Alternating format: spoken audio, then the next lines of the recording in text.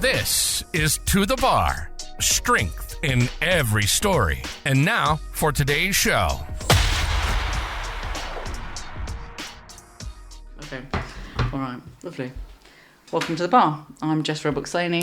I'm Aaron Holt. And today we have a lovely guest with us. We've got Emily Muskett, former Olympian, BWL talent transfer lead. And we've got you on today to talk to us about Lift Me Up. Yes. But before we get to that, we are all here in Birmingham at the British Championships. We are. We are indeed. Yep. A couple of days so far. Yeah. Yeah, it's been pretty awesome, hasn't it? So we had yesterday, which was quite a nice, easy sort of lead into the comp. So we had two groups. I think my first group, we had one person that didn't compete, so they pulled out. So it was a group of 5.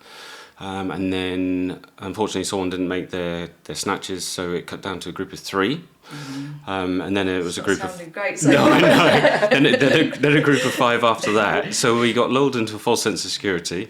And turned up this morning, not nice and early, and it's just been non-stop, but in a good way. Yeah, it really has been a fantastic day. It has been really good, and you've been around with your talent transfer a lot, haven't you? Yeah, it's been a busy couple of days, but everyone's been kind of spread out, so it's not been too hectic. It's been been a nice pace, I'd say. It's been nice, yeah. Like Aaron said, yesterday was nice for me. I feel like I was lulled. And then today was pretty full on. Like the groups were much bigger, but they were really exciting. Yeah. I think today. Some amazing lifting today. Yeah, so I was marshal for the first group, and that was the men. Yep. The men's, I can't actually remember the weight class. So that would have been Michael Farmer? Yes, Michael Farmer's one, yeah. It's really nice to see him back. I haven't seen him lift for a while. He's so sharp on the lockouts, just bang, every single time. It's a joy to watch him, it really is. Yeah, it was interesting watching him warm up as well, because he didn't warm up until really quite late, which was nice, because he obviously can get there quite quick. Yeah, it's good to see him back after the Commonwealth Games, getting back to full fitness, it looks like. So yeah, very smashing positive. it. Yep. Then we did the women's 55s after that, so I was reffing that one. Yeah, they all blur into lots of different groups. Yeah. They do, yeah.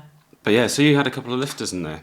So of course, Amelie Pelter and Madeline Connolly. Yeah. So both in the 55 class. Bit of a mixed result from both of them. I think Amelie was a bit disappointed to be down on her bests, but I mean, she's had some amazing competitions recently. So, as you guys know, winning that European Youth bronze medal in the snatch was amazing for her. I think it might be our first international medal on the talent transfer side of things. So, great result. And off the back of that, I think there's probably a little bit of fatigue. I think her back has been playing up a little bit. So, just have to be a bit mindful of that, and it's hard to kind of peak again straight away for a national championship. So, but still, the numbers that she lifted were still pretty outstanding, for her age and her weight class. So even though she'll be a bit gutted, I think overall she's still lifting consistently, still producing the goods. She's incredible. I mean, I have to remind myself that she's 15. I know. So we saw her just before she went to the European Youth at London Strength, and I reffed her there and was just blown away. I think at one point I almost forgot to tell her to put the bar down, because I was so in awe of what she'd just done that I was too busy celebrating for her to tell her to put the bar down. She's such a good lifter. I'm excited to see where she goes. Yeah. She's super focused. I think her gymnastics background, she really applies herself above and beyond. So the future is very bright for Amelie. Yeah. Awesome. So who was the other girl in that group that you liked? So that would be Madeline. So she came out, you said about mixed bag today. Yeah. So she only got 2 out of 6 today, got her openers. Yeah. But she looks so strong though, and really confident, with the way she came out. Yeah, I think, they were the heaviest openers she's ever done, so that was like a bit of a win to start with. What a place to try that. Yeah. But her training's been going so well, but unfortunately it just didn't come together as we'd hoped on the day with the rest of her attempts. So, but she's got a huge future ahead of her. I mean, she's kind of made that transition over from CrossFit and, you know, reaping the benefits of just purely focusing on her weightlifting training. But she's great fun as well, proper character. Like, she's the kind of lifter you want around your team, you know, to just bring the vibe up and bring the energy. So, yeah, I'm excited to see what she does, in the coming years. Yeah. So I guess you mentioned there, sort of great person to have on the team, and I think that sort of naturally leads on to, you know, your work with the talent transfer team. Yeah. So how does, I mean, it's the first I think we've really heard of it of this year really, you know, a full 12 months of hearing about the talent transfer, seeing them at comps. Yeah. How did it all come? I mean, is it a new thing, or is it something that would, you know, it's just a bit more advertised now? Probably just a little bit more advertised. I mean, it's been around for a good few years now. So off the back of Tokyo 2021, we kind of got involved with a UK Sport campaign. So every Olympic cycle, UK Sport will run like a mass recruitment campaign to try and find the next sporting superstars, if you like. And we got involved with that, and we decided that we needed to kind of set up our own talent transfer programme, because historically most of our great weightlifters have come from other sports. So all of the ones, you know, the elite guys at the top have, like 90% of them have done a sport previously. So Emily Campbell was a thrower, Sarah Davis was a gymnast, Chris Murray was a diver. Fascinating. Was he? I didn't realise that. I think he was. Have I got that Yeah, wrong? no, he was. No, I think he was a diver. You know, when you're like, no, yeah. second guess yourself. Yeah, he was, yeah.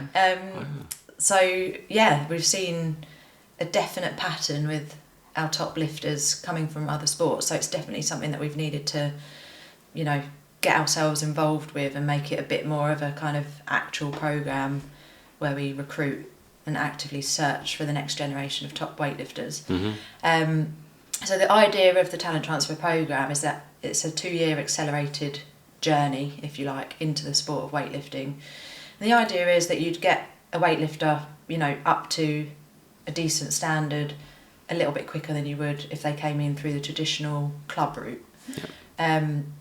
So, you know, and we're already seeing some of our lifters on the programme now kind of starting to qualify for those international events. So what we do is it's evolved quite a lot from the very start. I mean, the first year of the talent transfer programme, we got people who'd never even touched a barbell before and introduced them to the sport, taught them the lifts, you know, and tried to just, you know, involve them that way, just through just pure learning. Whereas now we've got to a stage where we're actively looking for people that have got some experience in lifting now, whether it be through strength and conditioning that they've done or CrossFit, things like that, and then we just kind of refine their techniques and give them a proper programme to follow and coaching and just guide them that way. So there's lots of different tests that we do to try and identify who might be capable of kind of reaching those elite standards. But to summarise, the whole point of the talent transfer programme is to find the next Olympic medalist. Yeah. So, it's, you know, you have to be of a fairly high standard now to be on that programme. And we look, you know, to see that the lifters are making the progress that we'd expect. Yeah. I mean, it looks pretty promising when I look at some of the kids you got on that programme. Yeah, it's exciting. Yeah, it is exciting. But so one of the questions I had is like how you find the athletes. So I've heard Amelie Pelter's story. Yeah. But is that typical? Is it typical that a coach from another sport might approach you, or like how would you go out and find? No, that was just a bit of a touch, really. That was just because I made friends with a coach that was on a female leadership programme. Right. That we went on UK Sport, and that coach obviously maybe recognised that Amelie wasn't going to reach the standards that she wanted to in gymnastics, but cared about her enough to say, well, why don't you try this? And, you know, gentle nudge. But not all coaches in other sports are like that. Well, the main route in is we do a yearly intake where we advertise. We have a link to an application form. People just fill that out with lots of details, and we kind of sift through those and invite people to a testing day. But sometimes we also headhunt athletes. So if we see a decent, couple of CrossFitters, Yeah. like I will not hesitate to contact them, message them, Yeah. and say, do you fancy giving weightlifting a go and come along to this day and let's see, what you can do. Yeah.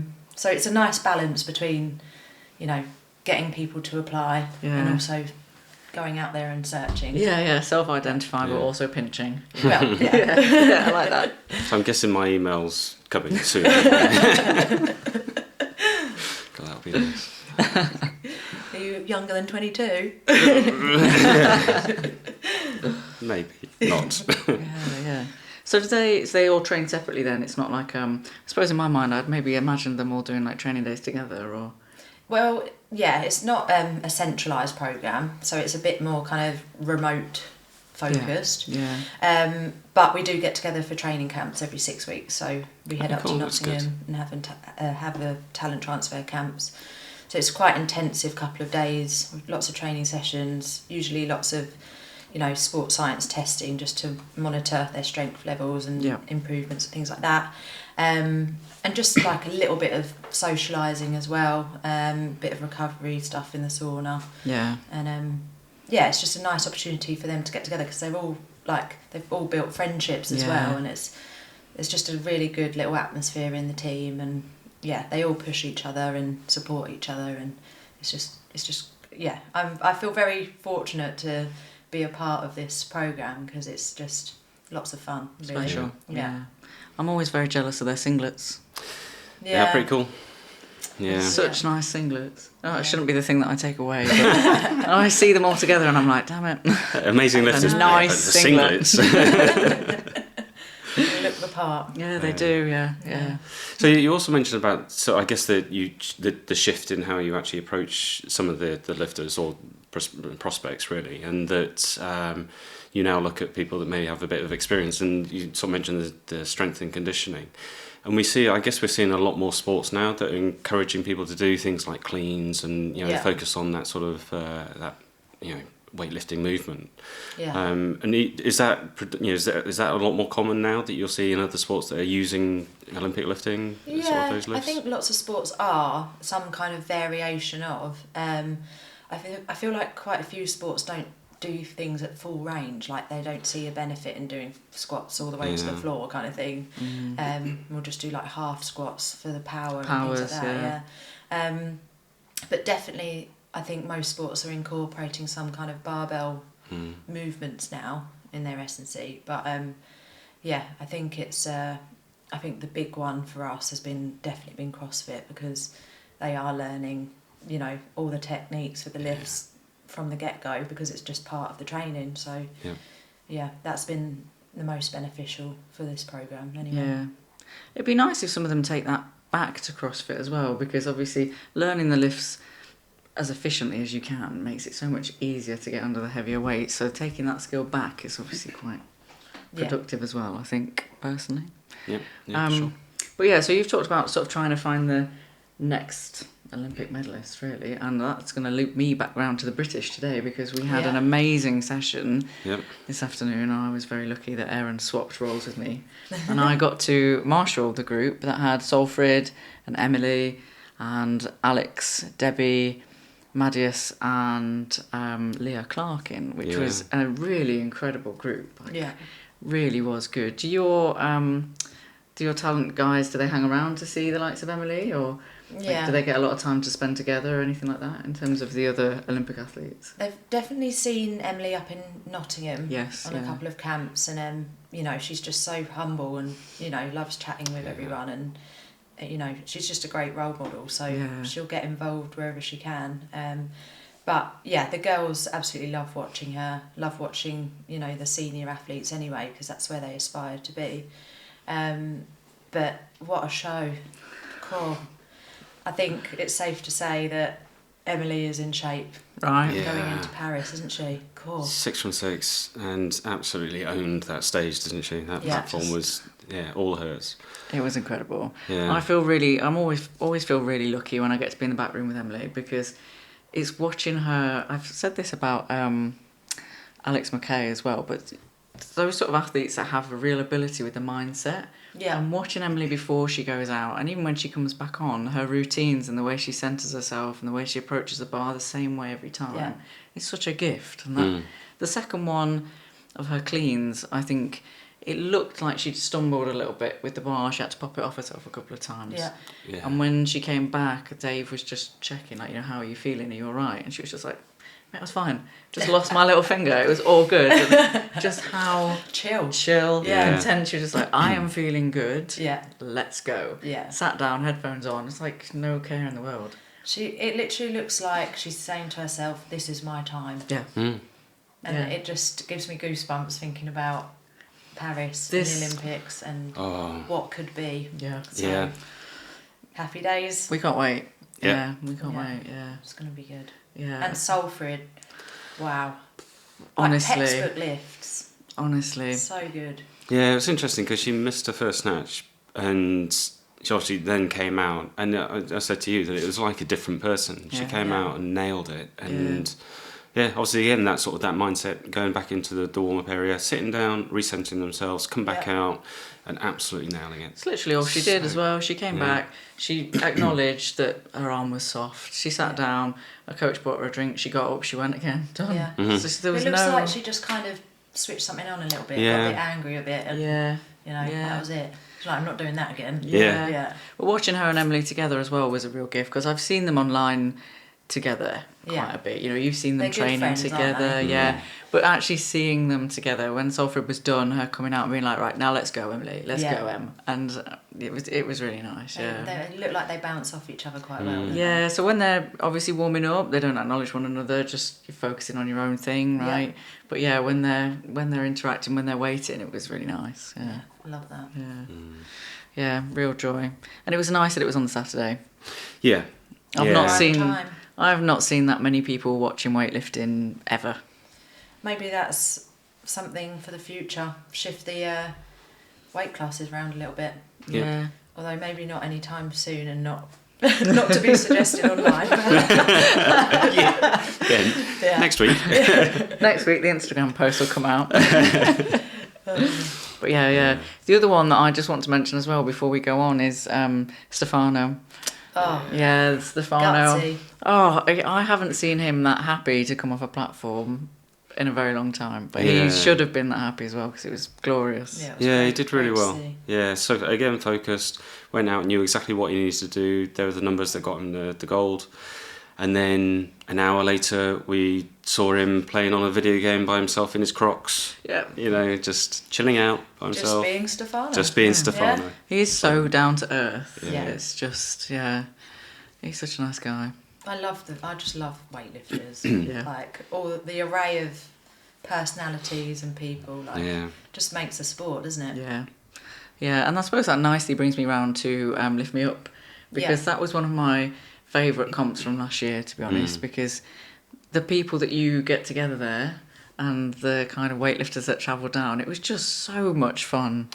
It's a celebration. Yeah, it was, isn't it? It really is. So for anybody that is sort of either new to Lift Me Up or new to the podcast, do you want to give us a little bit of background on what Lift Me Up is and why it came into existence? Sure.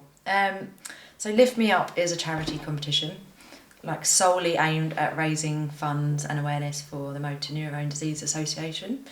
And the reason that I chose that charity is because in the build-up to the Tokyo Olympics, I sadly lost my mum to motor neurone disease. But at the time I didn't have a clue what it was, what it involved, what we were in for. So for me, I just felt like post-Olympics, it was something that I wanted to use my tiny little platform to kind of build an event where people could have fun basically and lift weights without any pressure, but also most importantly, do my bit for the charity, and just get those funds that are so needed for research, because there is no effective treatment at the moment, and there's definitely no cure. So, every little helps. Yeah. Really, it just goes towards the vital, science and research that they need to progress. And I just don't want other families to really have to deal with what we did in my family.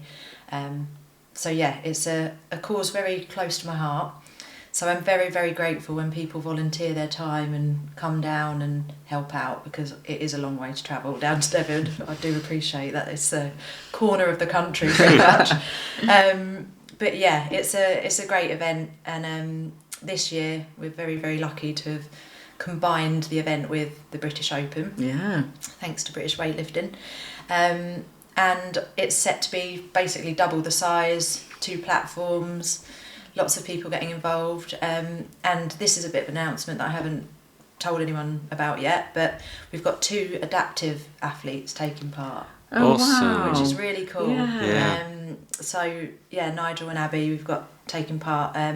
They've done like the adaptive CrossFit events before, but they're actually going to do snatch and clean and Amazing. jerk. Yeah. Great. Yeah. So really, really excited about that, because we want to start kind of being a bit more inclusive, and it's not been done before. So it's the start of some conversations as to how to manage that, because obviously everyone's different and there's a lot to consider in the rules and things like that. So they will be guesting at the event, and I'm very, very excited to have them there. Yeah, that's great. That's really great. But yeah, I mean, you say, your tiny platform. When I was looking back, I think you've raised over £33,000, haven't you, from Lift Me Up? Yeah, over the 3 years. That's impressive. Yeah. That is incredible.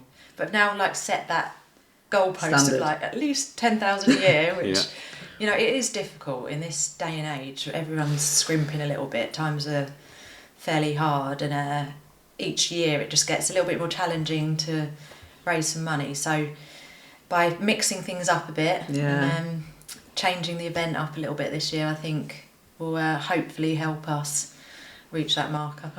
Again, but we'll see. We'll see how we go. Yeah. Awesome. Yeah. I think Mark House was certainly going to help that one, if you can get him back in. For that he's one. already booked his Is flights. he? Yeah, what Awesome. a great guy. Coming all the way over from the US. So that's it. I'm just so grateful for the support with this. I mean, he was so entertaining. I mean, we were talking about it for weeks afterwards, weren't we? His promise to put in, I can't remember how much he said he'd put in. I can't remember, but I remember it coming to over £2,000 by the time he was done. Isn't it? Because everyone that went 6 for 6, was it? Or everyone that any new lifters, any new lifter that made their opener, and anyone who went 6 for 6, he would donate a certain amount, and then pretty much everybody did exactly that, didn't they? It was really good. It's one of the only competitions I've been to where no one bombed out. Last year anyway. That's exactly what we want. Just to be super fun and enjoyable. Celebration of lifting and for the charity as well. And people can do the Lift Me Up side and not the British Open if they want to. It's there not they don't have to mix together. Matt was there of course last year as well, and threw down the gauntlet to Sarah Davis. On that last clean jerk. I'm hoping that happens again. Yes. Hint. We've already booked Sarah in. Awesome. Yeah, but you get some great sponsors for it as well, which must help, because I know. I mean, I ended up buying. I buy stuff everywhere I go, but I ended up buying T-shirts and all sorts of them there, didn't we? Yeah. No, it is great. Lots of companies get involved and donate some goodies for us. So it's a bit different, isn't it? I think, this is probably the first British Championships where I've seen them hand out actual goodie bags as well, like prize bags. So I think it's a nice incentive, a nice touch for the athletes. And if you've got the charity side of it as well for Lift Me Up, I think it's just an all-round good little comp to go to. Sure. We loved sold it. Yeah, you've definitely. I mean, you don't need to sell it to us. No, we love it. I mean, sell it to Instagram. Yeah. Oh, it's great. It really is, and it's even the gym. I mean, we spent ages doing it. I kept looking at all the kit and thinking, can I train in this CEO outfit? Can I give this a crack? But it's really good. So hopefully you'll have no problem. I mean, I don't think you had any problem with sign-ups last year, did you? No. I think we are almost at capacity with the entry, so there we if go. anyone's thinking about it, get it in. Yeah. But so Ollie's one of the coaches down there, isn't he, as well? Yes. And he's done great, because they've just got their BWL membership, haven't they? Now so affiliation. Inclusion Academy. Yeah, awesome. Which He is fantastic. going to be running some Raise the Bar programmes soon. Brilliant. Local schools, so That's exactly what we want. Yeah, because there's not much going on in the southwest, so you know it's great to finally get a club up and running. Yeah. Got loads of members already. Like we have a little Saturday session where everyone comes along, and you know what it's like with a vibe in a weightlifting gym. Like everyone just trying to makes a big difference, doesn't max it? out a little bit. It's just good spur fun. each other on. Yeah, and it's nice when they're all going outreach, isn't it? So trying to get the kids in, I think that's a big win. Yeah. Again, talent transfer, sort of bringing new people into lifting. Yeah, especially like the boys, right? If we can get younger boys in, because the boys do need to start a little bit earlier if they're going to be successful, right? Slow learners. Yeah, well, it's the strength levels required, isn't it, to reach the top? So, I think hopefully there'll be something soon that focuses a little bit more on talent transfer with the males, and hopefully Christian McPhee can work some magic there. Yeah, sounds good. Yep. Yeah, exciting. So then I suppose that makes me want to ask you about your lifting. Because obviously we still see you lifting online, and you lifted professionally, you know. Just a bit. Just a little bit. Just a little bit. I think I was talking to you on the way over here about the fact that you were the first British athlete to get a medal at European Championships in 26 years. Yeah, just pipped Emily Campbell, and then she got another 3 titles like that. So it's definitely up there now, isn't she? No, it was that was 2021, just before Tokyo. So it was quite a special one. Yeah. So you had this incredible career, and then obviously retired from weightlifting, and then had your little boy. Yeah. But we still see you lifting. Yeah. And you know, you're still training. So I suppose I just wanted to ask you sort of what that's like, trying to get back into lifting as a new mum. I think I saw some videos of you doing some bodyweight squats with your little boy when he was just born, and like push-ups and stuff with him, and just what that's like. Yeah, I mean, I think once a weightlifter, always a weightlifter, right? So my go-to in the gym will always be, I always want to do some kind of Olympic lifting, whether it's, you know, 1 snatch session a week, 1 clean and jerk session a week. But I think squats are ingrained now. They're like in my life forever. I think you're probably the same, aren't you? Like they're just going to stay put, part of the programme. Trying to get back into lifting after having a baby was interesting. Mm-hmm. Definitely didn't rush back because I knew my body needed to heal a fair bit. I had a C-section, so it's quite a big old incision that you experience. So I think I did my first bodyweight session 8 weeks after giving birth. Wow. And even then it was like a few air squats and, you know, a couple of press ups, but it was just so simple, so basic, just to get moving again. Mm-hmm. But I just gradually built back up, you know, based on how my body was feeling. I do think, you know, there's lots of programs out there which can help guide you, but a lot of it is just going by feel. Yeah. And just trusting yourself, like any program, right? You just slowly increase volume and, you know, up the intensity a bit and things like that. So listen to your body as you go along, sort of thing. Yeah. And I do think having something like having a baby doesn't have to stop you. It just, the timelines might change a little bit, the focus might change a little bit. So for me, it was like, well, I'm never going to get back to the strength levels that I had when I was, you know, properly competing. Yeah. Those numbers are gone now. Yeah. Like they're just not ever going to be back the way they were. But my focus changed to just doing a bit more kind of functional movement and trying to set new goals of like, well, can I do some of this gymnastics stuff that's in the CrossFit world? And it was quite fun having like a new challenge. Mm-hmm. Yeah. So I do think it's so important to keep the weight training in there, and especially as we get older, and especially as females, like there's a big emphasis on needing to keep the resistance training up. Yeah. And keep your bones strong and healthy, and so I will be lifting weights basically forevermore. You'll see me 85-year-old grandma in the gym pumping iron. Yeah. So yeah. So that's a promise that you'll be entering the Masters. Oh, I didn't say what kind of weight training, but Right, okay. Yeah, it's so true though, because I mean, most people know that I came to weightlifting really late, so it's one of those things about women and sort of trying to maintain people in the gym and not seeing these things as barriers. So I suppose what you were saying there about, you know, your numbers, they were gone, you were never going to have those back, but that might have been true anyway, considering you were training as an Olympian and then you'd retired, so you were never going to train like an Olympian, whether or not you'd had your little boy or not. So I suppose maybe thinking about it not as numbers driven and more just that you're enjoying yourself in the gym. Yeah. Does that help? Definitely. Yeah. I mean, I still have moments where I'm like, why can't I lift that? You know?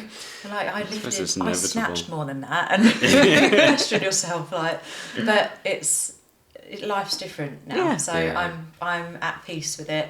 I like where my training's at. I have fun. I like the fact that I can go in the gym one day and just do a bit of what I fancy. Yeah. You know, I don't have to follow a plan and feel guilty if I didn't hit this XY number. Yeah.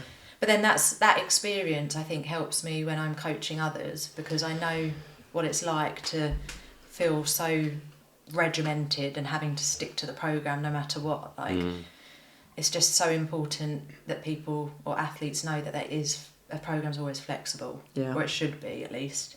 Yeah. And the world's not going to end if you don't hit you know, certain numbers. So yeah. It's nice to not have that pressure. This is what you always say to me, isn't it? It's all about lifting with lifting what you've got with where you're at, or something like that. Yeah. Basically, it's flexible based on how you're feeling on the day. Yeah, the numbers that you get prescribed, I always say it's a prescribed, you know, program that you get. It doesn't mean it's, you know, that's what you should be hitting, because on the day it could change, and so therefore, that's the guideline, but it deviates on how your body feels. But I think interesting, but tying back to sort of, again, you know, the experience of what you went through with comps, you know, your professional side of things, but then also sort of looking at the talent transfer.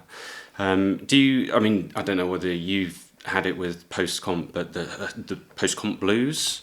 Yeah. Did you get that? And you know, do the talent transfer sort of kids have that as well? And how do you manage their sort of expectations? Or are they a bit more focused on how they sort of transfer these days? Or yeah, I think for the guys on the talent transfer program, because they're at the start of their journeys, they're kind of always looking to the next one. Yeah. So they're very focused, and you know, a lot of them just want to get stuck straight back into training, and you have to say to them, no, you need like a week off, like rest. Yeah. You know, so there's definitely a high work ethic there.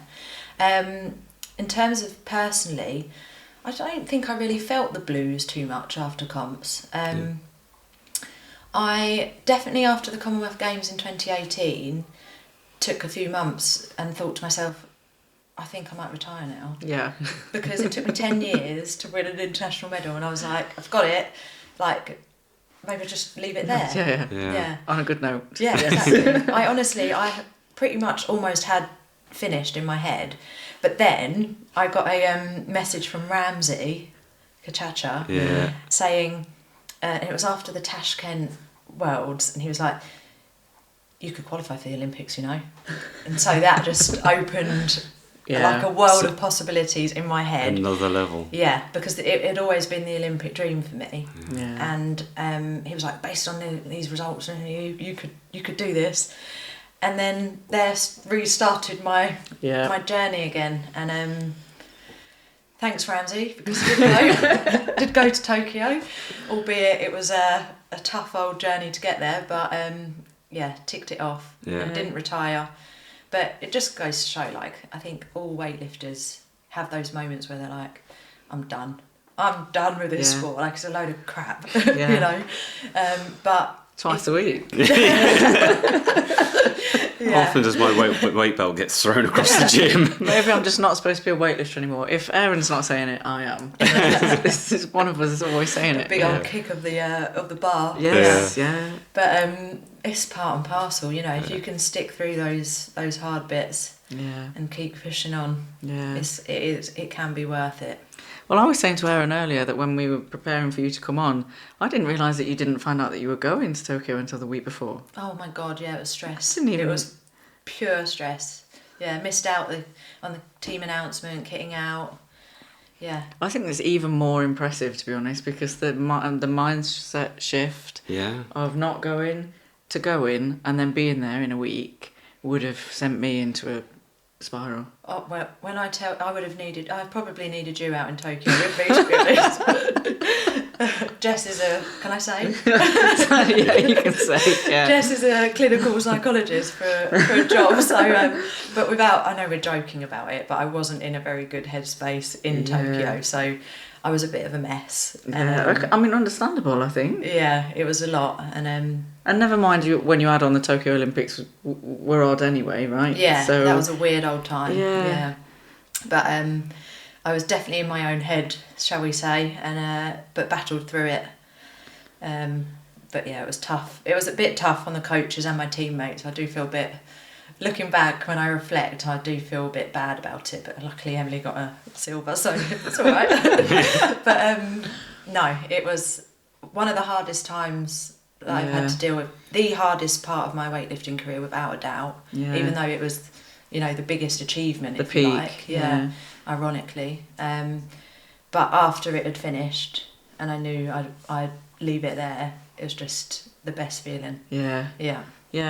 And to have gone through all of that and then come out the other side of it as well is a massive achievement, right? Yeah. So, yeah. Yeah, I was definitely, I had my blues before and during the Olympics, and then, because I've had that discussion, you know, with some fellow Olympians at the BOA, and you know, we've had to kind of reflect on our Olympic experiences, and the common one is to have that low after something like the Games, but mine was definitely back to front. Yeah.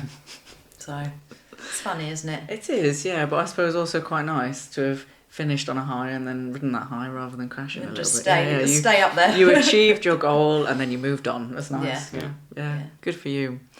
So yeah, I suppose that maybe that brings us straight back round to the British, and we've got one more day tomorrow.